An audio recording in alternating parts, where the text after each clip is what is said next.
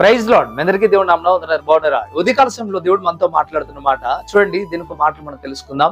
జకర్యా గ్రంథం 2వ అధ్యాయం 11వ వచనంలో ఈ రీతిగా రాయబడి ఉంది, నేను మీ మధ్య నివాసము చేస్తును అని చెప్పడం ప్రారంభిస్తూ ఉన్నాడు.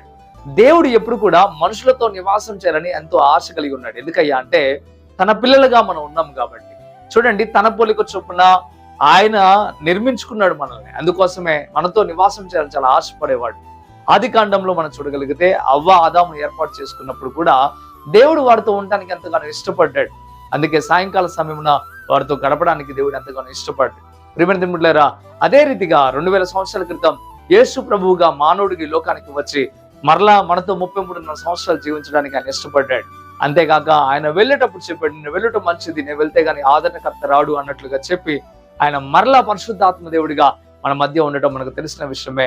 ఇదిగో మరలా 2వ రాకడలో క్రీస్తు వచ్చేంత వరకు కూడా ఆదరణకర్తగా అనగా పరిశుద్ధాత్మ దేవునిగా మన మధ్య ఉండడం మనకు తెలిసిన విషయమే. బైబిల్ వాక్యాన్ని చదివితే అంటే దేవుడు ఏం కోరుకుంటున్నాడంటే నరులతో ఉండటం దేవుడు కోరుకుంటా ఉన్నాడు. వారిని ఎటుకూడైనా ఒక మంచి త్రోవలో నడిపించి పరలోక రాజ్యంలో చేర్చాలని దేవుడు కోరుకుంటున్నాడు.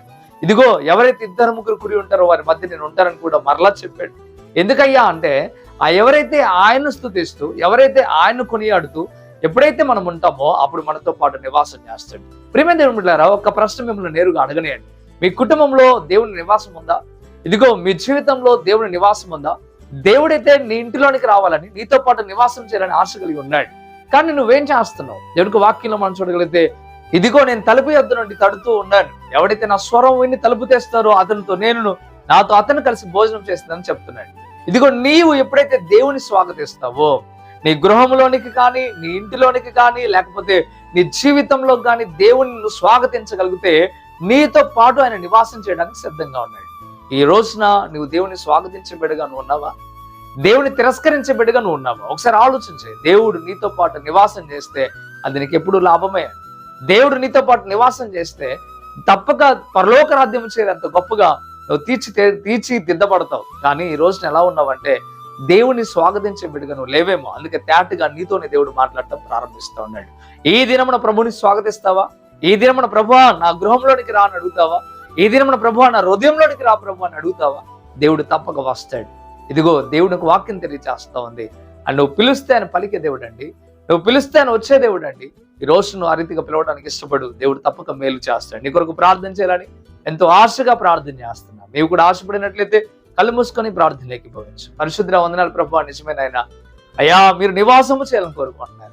అయ్యా మాలో నివసించాలని మీరు కోరుకుంటున్నారు. అయ్యా మీకు వందనాలు. ఎవరైతే రక్షణ పొంది బాప్తిసం పొందుతారో వారిలో నేను ఉంటానని మీరు చెప్పారు. అట్టి రీతి అయిన కృప ప్రతి ఒక్క బిడ్డ జీవితంలో కలుగును గాక. ఎవరైతే మిమ్మల్ని కోల్పోతూ ఉన్నారో అయ్యా వారు కోల్పోక అయ్యా మిమ్మల్ని కలిగి ఉండడానికి సహాయం దయచేయండి. అయ్యా మీకు వేలాది స్తోత్రం. మీరు కలిగిన దాన్ని గట్టిగా పట్టుకోండి అని మీరు చెప్పారు. నిజమే ప్రభువా, విశ్వాసం ఉంటేనే మీరు మాలో నివాసమై ఉంటారు ప్రభువా. అయ్యా ఎవరైతే నేను ఇంకా విశ్వాసాన్ని కోల్పోతూ అయ్యా వెనకంజ వేస్తూ ఉన్నారో వారందరిలో కూడా మరలా విశ్వాసాన్ని పుట్టించండి, మరలా ఉన్నతమైన స్థితికి నడిపించండి, కృపలతో నింపమని.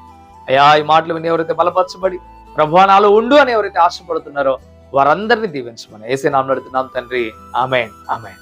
మంచిది ప్రియమైన బిడ్డలారా, ఈ మాటల ద్వారా మీరు బలపరచబడినట్లయితే తప్పక వీడియోని లైక్ చేయండి, అనేక మందికి షేర్ చేయండి. మీరు షేర్ చేయడం ద్వారా అనేక మందికి సువార్త ప్రకటించిన వారు అవుతారు. ప్రభు మిమ్మలను మీ కుటుంబాలను దీవించి ఆశీర్వదించి మేలు చేయను గాక. ఆమేన్. Praise lord.